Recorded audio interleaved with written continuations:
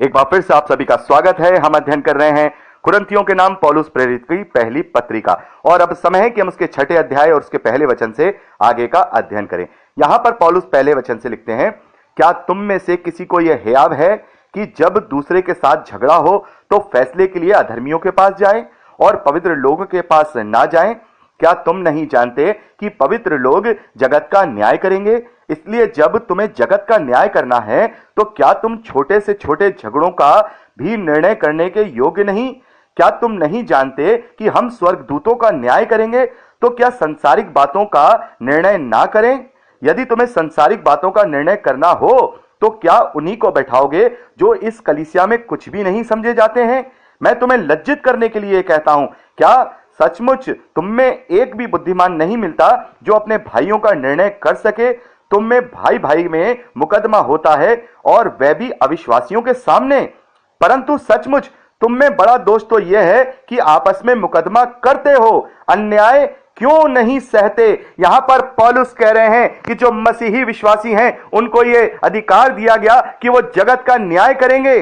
जो पवित्र लोग हैं वो जगत का न्याय करेंगे, यहां तक कि हम स्वर्गदूतों का भी न्याय करेंगे। तो जब मसीही विश्वासी जो जगत का न्याय करेंगे, जो पवित्र लोग हैं वो जगत का न्याय करेंगे, स्वर्गदूतों का भी न्याय करेंगे, तो क्या अब हमारे जो आपस के झगड़े हैं, खासकर जो मसीही विश्वासी हैं, यानी एक मसीही विश्वासी दूसरे मसीही विश्वासी के साथ यदि कोई बैर भाव रखता है या उनके आपस के बीच में कोई झगड़ा है, तो क्या यह जरूरी है कि हम अविश्वासी लोगों के बीच में जाएं? वो क्या हमें समझाएंगे? पौलुस का मतलब यह है, यहां पर जो कहने का मतलब है, परंतु सचमुच तुम में बड़ा दोष तो यह है कि आपस में मुकदमा करते हो। आखिर तुम मसीही विश्वासी होकर के आपस में मुकदमा कैसे कर सकते हो, जबकि प्रभु यीशु मसीह ने तो हमसे यह कहा है कि तुम अपने शत्रुओं से भी प्रेम करना। तो आखिर तुम्हारे अंदर ऐसी बुराई कैसे पाई जा रही है कि एक मसीही विश्वासी दूसरे मसीही विश्वासी को जो है अन्याय कर रहा है उसके साथ? क्योंकि यदि वहां पर कोई झगड़ा है, मान लीजिए दो मसीही विश्वासी आपस में झगड़ा कर रहे हैं, तो इसका मतलब यह है कि उनमें से कोई एक या दोनों ही गलत हैं, एक दूसरे पर अन्याय कर रहे हैं। तो तुम जब मसीही विश्वासी जिन्हें जगत का न्याय करना है, स्वर्गदूतों का भी न्याय करना है, तो क्या तुम आपस में अपना एक दूसरे से वचन के द्वारा, प्रभु यीशु मसीह की शिक्षाओं के द्वारा न्याय नहीं कर सकते हो? यदि हम प्रभु यीशु मसीह की शिक्षाओं के द्वारा अपना न्याय करेंगे तो निस्संदेह एक भी मसीही विश्वासियों के बीच में कोई भी झगड़ा, कोई भी जो कहे मुकदमा या कोई भी बैर भाव नहीं पाया जाएगा। क्योंकि अभी जब हम मसीही विश्वासी होकर के अपने बीच में झगड़े लेकर के आ रहे हैं, तो इसका मतलब यह है कि अभी भी हम शारीरिक जीवन जी रहे हैं। यदि एक मसीही विश्वासी क्षमा करने वाला नहीं है, एक मसीही विश्वासी अन्याय सहने वाला नहीं है, तो वो प्रभु यीशु मसीह की शिक्षाओं पे चलने वाला नहीं है। प्रभु यीशु मसीह ने कहा कि यदि तेरे कोई एक गाल पे थप्पड़ मारे तो दूसरा गाल भी उसकी ओर फेर देना, तुम अपने शत्रुओं से भी प्रेम करना। तो ऐसी शिक्षाएं जो मसीही विश्वासी लेके चलते हैं, यदि वो आपस में छोटी छोटी बातों को लेकर एक दूसरे से झगड़ा करेंगे, एक दूसरे से बैर करेंगे, तो क्या वो परमेश्वर के विरोध में नहीं करेंगे? और उससे भी बड़ी बात, अपनी किसी बात को वो फिर अन्य लोगों के बीच में लेके जा रहे हैं, जो अविश्वासी लोग हैं, जो प्रभु का वचन जानते ही नहीं है, वो फिर हमारा किस रीति से न्याय करेंगे? यदि हमें अपना कोई न्याय कराना भी है, यदि हमारे बीच में कोई विवाद भी है, तो हम कलीसिया में जाएं, उन लोगों के बीच में जाएं जो वचन के बारे में जानते हैं, फिर वो आपको उस विषय में निरुत्तर करेंगे। जिसको जो सही बात होगी वो बताई जाएगी और उसे वचन के द्वारा बताया जाएगा कि आप यहां पर गलत हैं। तो ये जब हमें वचन दिया गया है, जो मसीही विश्वासी हैं उन्हें पवित्र आत्मा दिया गया है, तो वो क्यों करके आपस में झगड़ा कर रहे हैं? यहां पे मेन बात जो पौलुस 7वें वचन में कह रहे हैं, परंतु सचमुच तुम में बड़ा दोष तो यह है कि आपस में मुकदमा करते हो। यह सबसे बड़ा दोष है। यानी आपस में झगड़ा हो रहा है वो अलग चीज है, लेकिन इससे भी बड़ा दोष यह है कि तुम झगड़ा कर रहे हो, तुम्हारे अंदर आत्मिकता नहीं पाई जा रही है, तुम्हारे अंदर दीनता नहीं पाई जा रही है, तुम्हारे अंदर नम्रता नहीं पाई जा रही है, प्रभु यीशु मसीह का चरित्र नहीं पाया जा रहा है, तुम क्षमावंत नहीं हो, तुम अपने अपराधियों को क्षमा नहीं कर रहे हो। यही सबसे बड़ा दोष तुम में पाया जा रहा है। तुम नहीं जानते हो कि तुम्हें स्वर्गदूतों का न्याय करना है। हम देखते हैं बहुत से लोग ये सोचते हैं कि स्वर्गदूतों का न्याय हम कैसे करेंगे, हम जगत का न्याय कैसे करेंगे?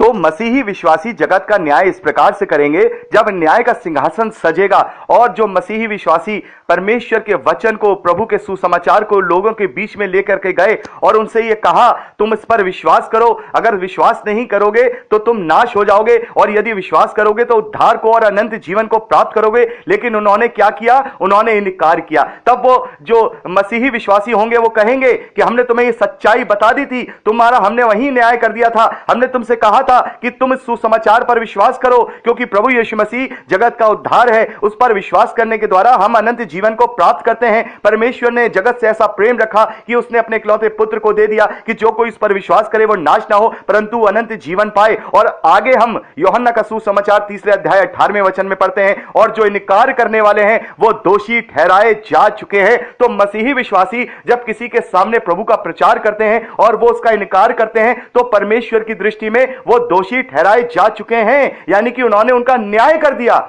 इसलिए जो मसीही विश्वासी हैं वो जगत का न्याय करने वाले ठहरेंगे। और यहां स्वर्गदूतों का न्याय करने के विषय में हम देखते हैं, जो फॉलन एंजल्स जिसे हम कहते हैं, जो गिराए हुए जो स्वर्गदूत हैं, जिन्होंने शैतान का साथ ले लिया, 1/3 स्वर्गदूत जो अभी अपने गलत कार्यों की वजह से अधोलोक में बंदी हैं, उनका भी हम न्याय करेंगे। उनसे कहेंगे कि तुम लोगों ने हमारे लोगों को बहकाया, तुम लोगों ने हमें परेशान किया, लेकिन फिर भी हम यीशु के नाम में जीवित रहे और अपने उद्धार को नहीं खोया। हम तुम्हारा न्याय करते हैं कि तुम अब उस गंधक की झील में हमेशा हमेशा के लिए डाले जाओगे अपने सरदार शैतान इब्लीस के साथ। तो इस प्रकार से जो मसीही विश्वासी हैं वो जगत का न्याय करने वाले हैं। लेकिन पौलुस कह रहे हैं सबसे बड़ा दोष तो मसीही विश्वासियों तुम में यह पाया जा रहा है कि तुम में मुकदमे हो ही क्यों रहे हैं। यदि मुकदमा हो रहा है तो तुम में से एक तो कोई ऐसा है जो अन्याय कर रहा है और दूसरा अन्याय सह रहा है। तो जो अन्याय कर रहा है फिर वो मसीही विश्वासी होकर के अन्याय कैसे कर सकता है? तुम्हारे अंदर झगड़ा रगड़ा कैसे उत्पन्न हो सकता है? यदि तुम मसीह के चरित्र को अपने जीवन में फॉलो कर रहे हो तो फिर यह संभव नहीं कि तुम एक दूसरे से ईर्ष्या करो, एक दूसरे को धोखा दो, एक दूसरे का माल लूटो, या एक दूसरे के साथ गाली गलौज करो, या एक दूसरे के साथ तुम बदतमीजी से पेश आओ, या तुम एक दूसरे की जो स्टेटस है उसके ऊपर हंसी उड़ाओ या घमंड करो। तुम यदि मसीही विश्वासी हो तो तुम्हारे अंदर कोई मुकदमा पाया ही नहीं जाना चाहिए। और यदि मुकदमा फिर भी पाया जा रहा है तो फिर अविश्वासियों के पास जा रहे हो। अविश्वासी तुम्हारा न्याय कैसे कर देंगे? वो तो वचन को जानते नहीं है। तो फिर तुम ऐसे लोगों के पास जाओ, यानी कि अगर हमारी कलीसिया में किसी भी प्रकार के दो विवाद हो जाता है तो हम बाहर उसको लेके ना जाएं, बल्कि कलीसिया के जो प्राचीन हैं, जो कलीसिया के वचन के जानने वाले हैं, उनसे अपनी बात को उनके सामने रखें ताकि वचन से वो सीख पाए, वचन से अपने आप को सुधार पाए। जिसकी गलती होगी वो अपनी गलती को मानने पाए ताकि वो उसका जीवन बचाया जा सके। इसलिए पौलुस कह रहे हैं कि अविश्वासियों के सामने तमाशा मत बनो। पौलुस कह रहे हैं सबसे बड़ी बात तो यही है कि तुम्हारे बीच में मुकदमे पाए जा रहे हैं। पौलुस 8वें वचन में कहते हैं, परंतु तुम तो स्वयं अन्याय करते हो और हानि पहुंचाते हो, वह भी भाइयों की। मतलब एक तो तुम मुकदमा कर रहे हो, एक तो तुम लड़ाई झगड़ा कर रहे हो। कोई ना कोई लड़ाई झगड़ा करेगा तो एक की तो गलती रहेगी या दोनों की रहेगी। ऐसा तो हो नहीं सकता कि दोनों की ही गलती ना हो। ऐसा तो कभी नहीं हो सकता कि अगर दो लोगों के बीच में लड़ाई हो रही है तो दोनों की ही गलती ना हो। कम से कम एक व्यक्ति की गलती होगी या फिर दोनों की गलती होगी। तो पौलुस कह रहे हैं कि तुम मुकदमा कर रहे हो, एक दूसरे के साथ अन्याय कर रहे हो, हानि पहुंचा रहे हो, वो भी अपने भाई की जो मसीही विश्वासी है। पौलुस आगे लिखते हैं, धोखा ना खाओ।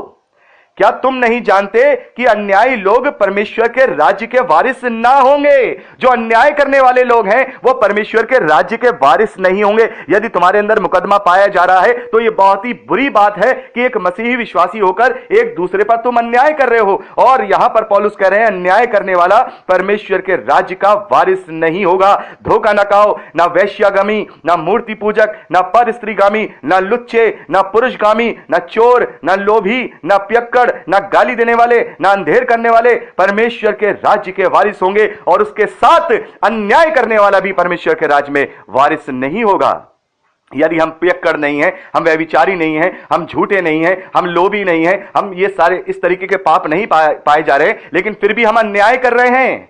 यदि हम किसी के साथ अन्याय कर रहे हैं तो हमारी गिनती इन्हीं के साथ शामिल हो गई और हम भी स्वर्ग के राज्य के वारिस नहीं रहे, परमेश्वर के राज्य के वारिस नहीं रहे हैं।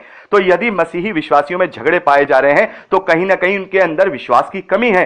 पौलुस कह रहे हैं तुम्हें तो जगत का न्याय करना है, तुम जब जगत का न्याय करोगे तो क्या छोटी मोटी बातें आपस में वचन के द्वारा सुलझा नहीं सकते हो? यदि एक दूसरे को समझा नहीं सकते हो कि हमारे प्रभु ने हमें ऐसा सिखाया, हमारे प्रभु ने हमें ऐसा सिखाया? बहुत सारी जगहों पे हम देखते हैं मसीही विश्वासियों में अगर कोई गलतफहमी होती है तो वो वचन के द्वारा अपने आप को सुधार लेते हैं, लेकिन बहुत सारी जगहों पे जो दुनियावी तरीके से मसीही विश्वासी अपने आप को कहते हैं, जी रहे हैं, वो अपने मुकदमे को अविश्वासियों के बीच में ले जाते हैं और वो उस अविश्वासी के बीच में ले जाकर अपनी बात को रखते हैं। हम देखते हैं बहुत सारे, यार हमारे साथ ऐसा हो गया, उसने हमारे साथ वो कर दिया, हमारे साथ उसने वो कर दिया। अरे भला तो ये होता अपने कलीसिया के अगुवे के पास जाते या किसी ऐसे प्राचीन के पास जाते जो वचनों का ज्ञान रखता है, उसके पास जाते और कहते कि हमारे बीच में ये मनमुटाव है, हमें आप ज्ञान की, हमारा न्याय कीजिए, हमें ज्ञान दीजिए वचन से, ताकि हम एक दूसरे को निरुत्तर कर पाते।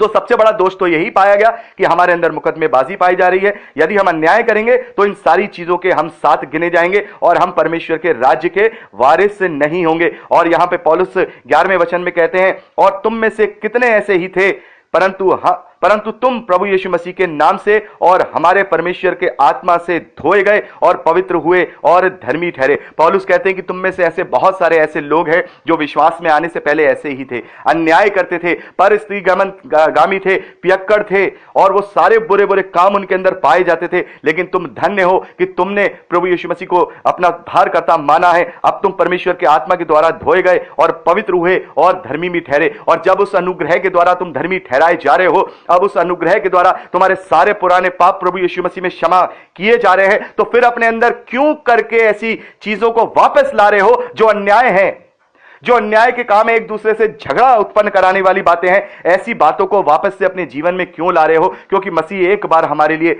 जो है बलिदान हो गया। क्या अब बार बार अपने पापों की क्षमा के बाद हम इस प्रकार के अपने जीवन में कार्य करेंगे तो क्या हम बार बार अब प्रभु यीशु मसीह को सूली पर लटकाएंगे? याद रखिएगा, यदि मसीही विश्वासी होने के बाद, प्रभु का उद्धार प्राप्त करने के बाद, पापों की क्षमा प्राप्त करने के बाद, नई सृष्टि बनने के बाद हमारे अंदर ये सब तमाम बातें पाई जा रही हैं, तो इसका मतलब यह है कि जब भी हम कोई पवित्र आत्मा के विरोध में कार्य करते हैं, इस प्रकार के जो यहां पर बातें लिखी हैं, यहां पर लिखा है वेश्यागामी, मूर्ति पूजक, परस्त्रीगामी, लुच्चे, पुरुषगामी, चोर, लोभी, पियक्कड़, गाली देने वाले, अंधेर करने वाले परमेश्वर के राज्य के वारिस नहीं होंगे। यदि सारी चीजें हमारे अंदर पाई जा रही हैं, तो जब भी हमारे अंदर एक एक करके कोई चीज पाई जा रही है, तो हम नित्य नित्य करके प्रभु यीशु मसीह को दोबारा सूली पर लटकाते हैं। ये जो पवित्र आत्मा की निंदा के जो कार्य हम कर रहे हैं, याद रखिएगा, प्रभु यीशु मसीह ने कहा है कि पवित्र आत्मा की निंदा ना ही इस लोक में, ना ही परलोक में क्षमा की जाएगी। उस व्यक्ति को कहीं भी किसी भी प्रकार की फिर कोई क्षमा नहीं मिलेगी। तो आपस में झगड़े जो अगर हमारे अंदर पाए जा रहे हैं, तो हम अपने आप को सुधारें। हम रोज ये प्रार्थना करते हैं, शायद बहुत से लोग रोज करते हैं, बहुत से लोग हफ्ते में एक बार करते हैं, हे हमारे पिता तू जो स्वर्ग में है, तेरा नाम पवित्र माना जाए, तेरा राज्य आए, तेरी इच्छा जैसे स्वर्ग में पूरी होती है वैसे ही इस पृथ्वी पर भी हो। हमारे दिन की रोटी आज हमें दे। जिस प्रकार हमने अपने अपराधियों को क्षमा किया, वैसे ही तू हमारे अपराधों को क्षमा कर। हमें परीक्षा में न ला, परंतु बुराई से बचा, क्योंकि राज्य, पराक्रम और महिमा सदा तेरे हैं। हम इस दुआ में, इस प्रार्थना में हम ये कहते हैं कि जिस प्रकार से हमने अपने अपराधियों को क्षमा किया है, वैसे ही तू हमारे अपराधों को भी क्षमा कर।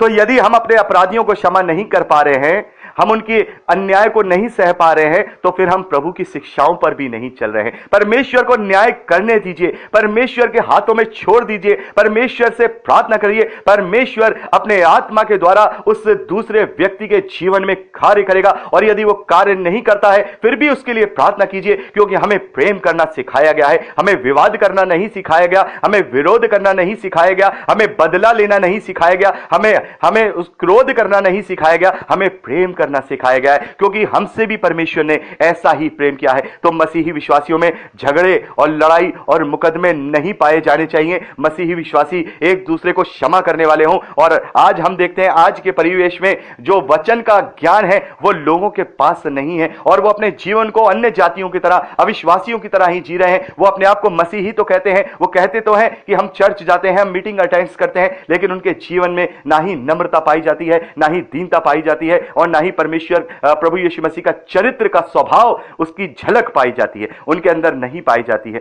तो ऐसे लोग उद्धार पाए हुए नहीं है, वो मसीही विश्वासी नहीं है, उनका विश्वास अधूरा है, उनका विश्वास पूरा नहीं है। तो यदि आज हमारे जीवन में कहीं लड़ाई झगड़ा किसी मसीही विश्वासी के साथ पाया जा रहा है तो वचन के द्वारा खुद को जांचें। सबसे पहले हम खुद को जांचें वचनों के द्वारा, क्या हम सही कर रहे हैं, और यदि हम सही हैं तो फिर उस भाई को समझाएं कि आप वचन के द्वारा सही नहीं कर रहे हैं, परमेश्वर के राज्य के वारिस आप नहीं हो पाएंगे यदि इस प्रकार से आप अन्याय करेंगे। और वो तब भी ना माने तो कलीसिया में लेके आ, और कलीसिया में ला करके भी वो ना माने तो फिर प्रभु यीशु मसीह कहते हैं फिर उसे अन्य जाति और महसूल लेने वाला जान, क्योंकि फिर अब उससे हमें कोई फर्क नहीं पड़ता। अब वो मसीही विश्वासी नहीं है, अब वो अंधेर करने वाला है, महसूल लेने वाला है, अन्य जातियों के समान अविश्वासी बन चुका है। तो मसीही विश्वासियों में किसी भी प्रकार का झगड़ा रगड़ा नहीं पाया जाना चाहिए। और याद रखिएगा, जो क्षमा करता है उसके भी पाप बहुत आय से क्षमा किए जाएंगे। तो हमने आज यहाँ कुरिन्थियों की पहली पत्री उसका 6वां अध्याय और उसके 11वें वचन तक का अध्ययन कर लिया है, और अब हम जो 12वें वचन से अध्ययन करेंगे वो परसों करेंगे। तो आज के लिए इतना ही। प्रभु आप सबको बहुत आयत की आशीष दे, अपने वचनों में बढ़ाए, और जिस प्रकार से हम जो इस कुरिन्थ की जो पहले कुरिन्थियों की जो पत्री है और जो रोमियो की पत्री है उसमें जो हमने बातें सीखी हैं, अपने जीवन को आत्मिक रीति से कैसे चला सकते हैं, इन सब को अपने जीवन में लागू करें। परमेश्वर से प्रार्थना करें, उससे पवित्र आत्मा का सामर्थ्य मांगे, क्योंकि पवित्र आत्मा हमारे साथ है, वो हमारी अगुवाई करता है। यदि हम अपने आप को पवित्र आत्मा के अधीन करेंगे तो निश्चित तौर पर इन तमाम बुराइयों से हम अपने आप को बचा पाएंगे और परमेश्वर के ग्रहण योग्य बनकर उस अनंत जीवन को प्राप्त करेंगे जिसकी इच्छा परमेश्वर ने मेरे और आपके जीवन के लिए रखी है। तो प्रभु आपको बहुत आयत की आशीष दे। Praise the Lord. जय मसीह की।